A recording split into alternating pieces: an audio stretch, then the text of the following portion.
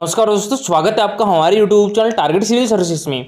दोस्तों आज है 11 अप्रैल और मध्य प्रदेश के डेली करंट अफेयर में आज हम पढ़ेंगे 11 अप्रैल के करंट अफेयर। तो लेक्चर ध्यान से देखिएगा और देखिए दोस्तों, जिसको भी मध्य प्रदेश करंट अफेयर में जनवरी 2021 से लेकर दिसंबर 2021 तक मध्य प्रदेश करंट अफेयर की पीडीएफ चाहिए तो वो हमारे व्हाट्सएप नंबर 9111920612 पर मैसेज कर इसको मात्र 99 रुपीज़ में परचेज कर सकता है। ठीक है।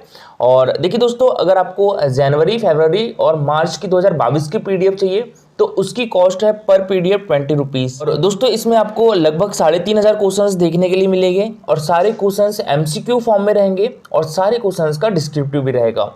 डेज की बात करें हम तो 1 अप्रैल को ओडिशा दिवस मनाया जाता है, 2 अप्रैल को ऑटिज्म जागरूकता दिवस मनाया जाता है, 4 अप्रैल को अंतर्राष्ट्रीय खदान जागरूकता दिवस और 5 अप्रैल को राष्ट्रीय समुद्री दिवस मनाया जाता है, 6 अप्रैल को विकास के लिए खेल का अंतर्राष्ट्रीय दिवस मनाया जाता है और 7 अप्रैल को दोस्तों विश्व स्वास्थ्य दिवस मनाया जाता है। तो आज है 11 अप्रैल और 11 अप्रैल को मनाया जाता है राष्ट्रीय सुरक्षित मातृत्व दिवस। तो दोस्तों national safe motherhood day white ribbon alliance India द्वारा शुरू की गई एक पहल है जिसे गर्भवती महिलाओं के स्वास्थ्य की उचित देखभाल और प्रसव संबंधी जागरूकता फैलाने के उद्देश्य से हर साल मनाया जाता है। भारत सरकार ने 1800 संगठनों के गठबंधन WRAI यानी व्हाइट रिबन अलायंस इंडिया के अनुरोध पर साल 2003 में कस्तूरबा गांधी की जन्म वर्षगांठ 11 अप्रैल को राष्ट्रीय सुरक्षित मातृत्व दिवस के रूप में घोषित किया था। ठीक है दोस्तों, तो राष्ट्रीय सुरक्षित मातृत्व दिवस किसके जन्म दिवस पर मनाया जाता है? तो ये कस्तूरबा गांधी के जन्म दिवस पर मनाया जाता है। और दोस्तों भारत सामाजिक रूप से राष्ट्रीय सुरक्षित मातृत्व दिवस घोषित करने वाला दुनिया का पहला देश भी है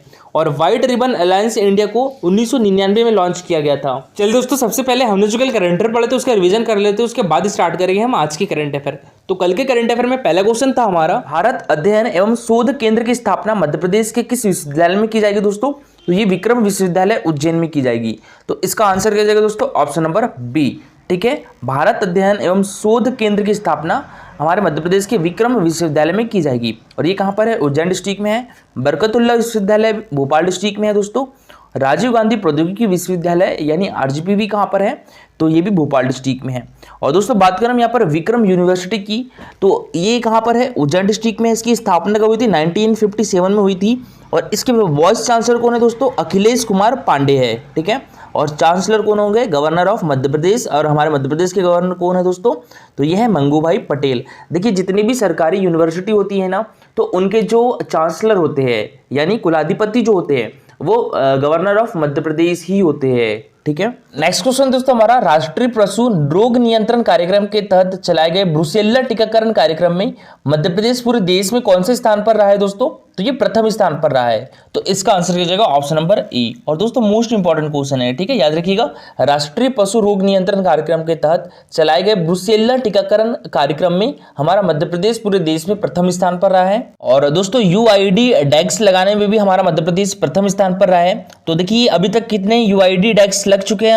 2,76,63,968 UID टैक्स लग चुके हैं दोस्तों। और ब्रुसेल्ला टीकाकरण देश में मध्य प्रदेश नंबर 1 पर है और हमारे मध्य प्रदेश में 17,41,970 टीकाकरण किया गया है। तो दोस्तों ब्रुसेल्ला रोग के बारे में बात करें तो यह रोग ब्रुसेल्ला समूह के जीवाणु द्वारा होता है। और राष्ट्रीय ब्रुसेल्ला रोग नियंत्रण कार्यक्रम क्या है दोस्तों? तो ग्राम स्तर मिल्क रिंग टेस्ट के माध्यम से पशु झुंड में ब्रुसेल्ला के स्तर की जांच की जाती है। ब्रुसेल्ला पाए जाने पर रोज बंगाल प्लेट एग्लूटिनेशन टेस्ट व एलिसा परीक्षण किया जाता है। ब्रुसेल्ला संभावित पशु झुंड में 5 से 8 माह की आयु के मादा पशुओं में ब्रुसेल्ला स्ट्रेन 19 द्वारा टीकाकरण किया जाता है। और दोस्तों यह रोग पशुओं से मनुष्य में भी फैल सकता है जिससे बुखार आना, जोड़ों व अंडकोशों में सूजन जैसे लक्षण दिखाई देते हैं। नेक्स्ट क्वेश्चन दोस्तों हमारा, मुख्यमंत्री शिवराज सिंह चौहान ने मध्य प्रदेश के किस जिले से मुख्यमंत्री बिजली बिलों से राहत योजना 2022 का शुभारंभ किया दोस्तों?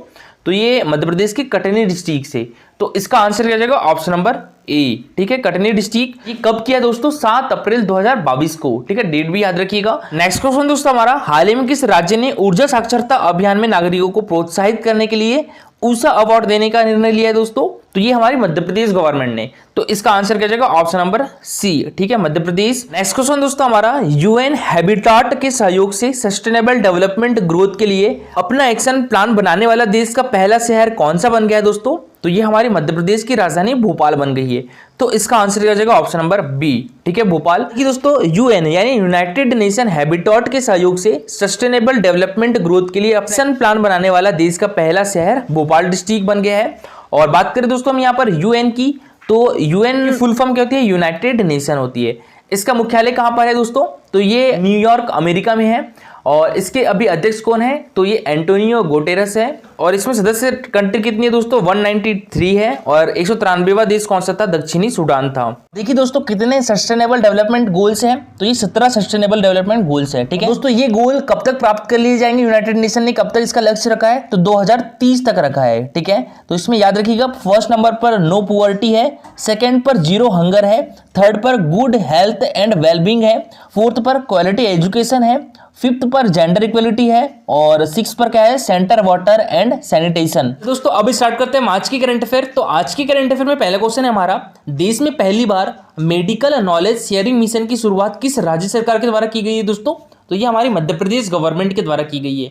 तो इसका आंसर क्या जाएगा? ऑप्शन नंबर सी, ठीक है, मध्य प्रदेश। 7 अप्रैल 2022 को मध्य प्रदेश के चिकित्सा शिक्षा मंत्री श्री विश्वास कैलाश सारंग ने मेडिकल नॉलेज शेयरिंग मिशन कार्यालय का शुभारंभ किया है। इस मिशन से राष्ट्रीय एवं अंतर्राष्ट्रीय स्तर पर चिकित्सा शिक्षा एवं चिकित्सकीय उपचार की नवीनतम तकनीक, नवाचार एवं शोध के विभिन्न आयामों को मध्य प्रदेश के चिकित्सकों एवं चिकित्सा छात्रों तक पहुंचाया जाएगा। और इस मिशन में विभिन्न आयामों पर कार्य किया जाएगा और देश विदेश के विभिन्न चिकित्सा संस्थानों, प्राइवेट और गवर्नमेंट के साथ शिक्षा, अनुसंधान और उपचार के लिए एमओयू पर हस्ताक्षर किए जाएंगे। और दोस्तों, इस मिशन के तहत चिकित्सकीय छात्रों एवं चिकित्सकों के लिए training, capacity building, knowledge exchange, exposure visiting program आदि कार्यक्रम तैयार किए जाएंगे और knowledge exchange interactive digital platform विकसित किया जाएगा, जिससे चिकित्सकीय छात्र एवं चिकित्सक अपने अनुभवों, रिसर्च कार्यों एवं अन्य नवाचारों को एक दूसरे से डिजिटल रूप से साझा कर सकेंगे। आर्टिफिशियल इंटेलिजेंस एवं गूगल तथा माइक्रोसॉफ्ट आधारित आधुनिक सॉफ्टवेयर का उपयोग चिकित्सा शिक्षा और चिकित्सकीय व्यवस्था क्षेत्र में किया जाएगा।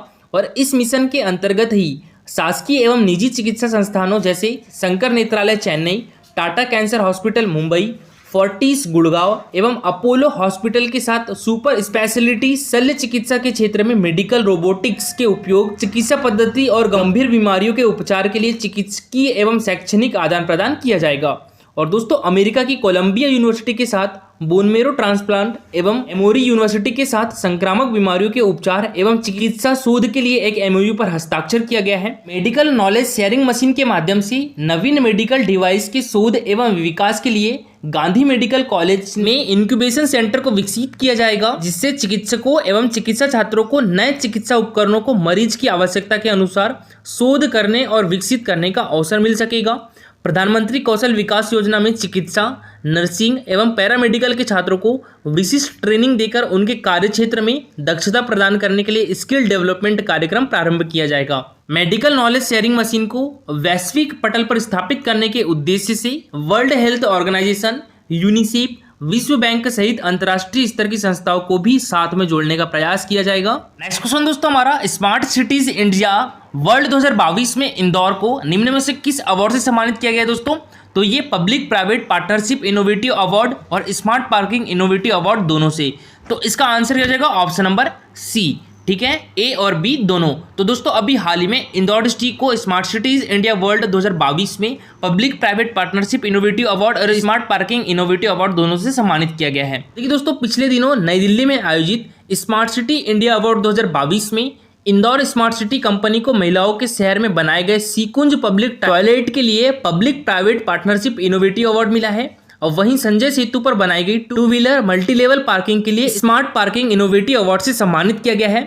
Smart city CEO Rishabh Gupta ने बताया है कि स्मार्ट सिटी प्रोजेक्ट के तहत महिलाओं की सुविधा हेतु शहर के 9 स्थानों पर पीपीपी मॉडल पर सीकुंज टॉयलेट बनाए गए हैं और शहर के मध्य क्षेत्र में नागरिकों की सुविधा के लिए 2 व्हीलर मल्टी लेवल पार्किंग बनाई गई है। Indore smart city development limited ने 25 मार्च 2022 को प्रगति मैदान न्यू दिल्ली में आयोजित 7वें स्मार्ट सिटीज इंडिया एक्सपो में स्मार्ट सिटी इंडिया अवार्ड्स जीते हैं। नेक्स्ट क्वेश्चन है हमारा, हाल ही में युवा संवाद कार्यक्रम का आयोजन कहां पर किया गया दोस्तों? तो ये किया गया हमारे मध्य प्रदेश की राजधानी भोपाल में। तो इसका आंसर हो जाएगा ऑप्शन नंबर बी, ठीक है। और ये कब किया गया था? 6 अप्रैल 2022 को किया गया था। और इसका शुभारंभ किसके द्वारा किया गया था? तो ये हमारे मध्य प्रदेश के मुख्यमंत्री शिवराज सिंह चौहान जी के द्वारा किया गया था। तो देखिए दोस्तों, शिवराज सिंह चौहान ने युवा संवाद कार्यक्रम का शुभारंभ शक्ति स्वरूपा कन्याओं का पूजन एवं दीप प्रज्वलित कर किया और इस अवसर पर उच्च शिक्षा मंत्री श्री डॉक्टर मोहन यादव जी भी उपस्थित थे। और शिवराज सिंह चौहान ने भोपाल में युवा संवाद कार्यक्रम के अंतर्गत स्वामी विवेकानंद करियर मार्गदर्शन योजना प्रशिक्षण कार्यक्रम तथा विद्यार्थियों के लिए डिजिटल डिजी लॉकर सुविधा का शुभारंभ भी किया है। नेक्स्ट क्वेश्चन दोस्तों हमारा, मध्य प्रदेश के किस राष्ट्रीय उद्यान में बैगा कल्चर हब बनाया जाएगा दोस्तों? तो ये कान्हा राष्ट्रीय उद्यान में। तो इसका आंसर हो जाएगा ऑप्शन नंबर ए। ठीक है दोस्तों, कान्हा राष्ट्रीय उद्यान में बैगा कल्चर हब बनाया जाएगा। और दोस्तों बात करें हम यहाँ पर कान्हा राष्ट्रीय उद्यान की, तो इसकी स्थापना कब हुई थी? ये 1955 में हुई थी। ठीक है, और ये हमारे मध्य प्रदेश के मंडला डिस्ट्रिक्ट में है दोस्तों। और हमारे मध्य प्रदेश का सबसे पुराना नेशनल पार्क कौन सा है? तो वो भी कान्हा राष्ट्रीय उद्यान है। और सबसे बड़ा राष्ट्रीय उद्यान कौन सा है दोस्तों? तो वो भी कान्हा राष्ट्रीय उद्यान है। ठीक है, और दोस्तों ये कितने वर्ग किलोमीटर क्षेत्र में है? तो 940 वर्ग किलोमीटर क्षेत्र में है। बात करें सतपुड़ा राष्ट्रीय उद्यान की, तो दोस्तों ये किस जिले में है? होशंगाबाद डिस्ट्रिक्ट में है। और सतपुड़ा राष्ट्रीय उद्यान की स्थापना कब हुई थी दोस्तों? तो ये 1983 में हुई थी। ठीक है, और देखिए सतपुड़ा राष्ट्रीय उद्यान को यूनेस्को द्वारा 2021 में यूनेस्को द्वारा विश्व धरोहर स्थल की परीक्षण सूची में भी शामिल किया गया है। बात करें पन्ना राष्ट्रीय उद्यान की दोस्तों, तो पन्ना राष्ट्रीय उद्यान हमारे मध्य प्रदेश के छतरपुर तथा पन्ना डिस्ट्रिक्ट दोनों में है। और इसकी स्थापना कब हुई थी? ये 1981 में की गई थी। ठीक है, बात करें बांधवगढ़ राष्ट्रीय उद्यान की दोस्तों, तो ये हमारे मध्य प्रदेश के उमरिया डिस्ट्रिक्ट में है। और इसकी स्थापना कब की गई थी? 1968 में की गई थी। और देखिए दोस्तों, हमारे मध्य प्रदेश में कितने राष्ट्रीय उद्यान हैं? तो ये 12 राष्ट्रीय उद्यान है। ठीक है, सबसे पहला राष्ट्रीय उद्यान कौन सा था दोस्तों? तो ये कान्हा राष्ट्रीय उद्यान था। और जो सबसे बाद का राष्ट्रीय उद्यान है वन विहार राष्ट्रीय उद्यान, इसकी स्थापना कब की गई थी दोस्तों? 2018 में की गई थी। ठीक है, और वन विहार राष्ट्रीय उद्यान कहाँ पर है? तो ये हमारे मध्य प्रदेश की राजधानी भोपाल डिस्ट्रिक्ट में है। और देखिए दोस्तों, हमारे मध्य प्रदेश में 6 राष्ट्रीय उद्यान जो है वो प्रोजेक्ट टाइगर के अंतर्गत शामिल है। तो वो कौन कौन से हैं? तो उसमें कान्हा राष्ट्रीय उद्यान एक, सतपुड़ा राष्ट्रीय उद्यान, पन्ना राष्ट्रीय उद्यान और बांधवगढ़ राष्ट्रीय उद्यान, ये 4 हो गए। और 2 कौन कौन से हैं? एक तो पेंच राष्ट्रीय उद्यान है। ठीक है, और एक कौन सा है? संजय डुबरी राष्ट्रीय उद्यान। पेंच राष्ट्रीय उद्यान सिवनी और छिंदवाड़ा डिस्ट्रिक्ट दोनों में आता है, और जो संजय डुबरी राष्ट्रीय उद्यान है वो सीधी डिस्ट्रिक्ट में आता है। तो देखिए दोस्तों, वीडियो कॉन्फ्रेंसिंग के माध्यम से हुई बैठक में प्रमुख सचिव जनजातीय कार्य विभाग पल्लवी जैन गोविल द्वारा राष्ट्रीय कान्हा में प्रस्तावित बैगा कल्चरल हब की सैद्धांतिक स्वीकृति प्रदान की। कलेक्टर हर्षिका सिंह ने प्रमुख सचिव को बताया कि कान्हा गेट के पास बैगा टोला में विकसित होने वाले बैगा कल्चरल हब में जनजातीय संस्कृति से जुड़े विभिन्न पहलुओं को प्रदर्शित किया जाएगा। और यहाँ पर बैगा आर्ट एंड क्राफ्ट को प्रोत्साहित करने के उद्देश्य से प्रशिक्षण कार्यक्रम आयोजित किए जाएंगे। पर्यटकों को जनजातीय कल्चरल से रूबरू कराने के उद्देश्य से 8 आवासीय हट्स भी बनाए जाएंगे, जिसमें रहकर वे जंगल और जनजाति को समझ सकेंगे।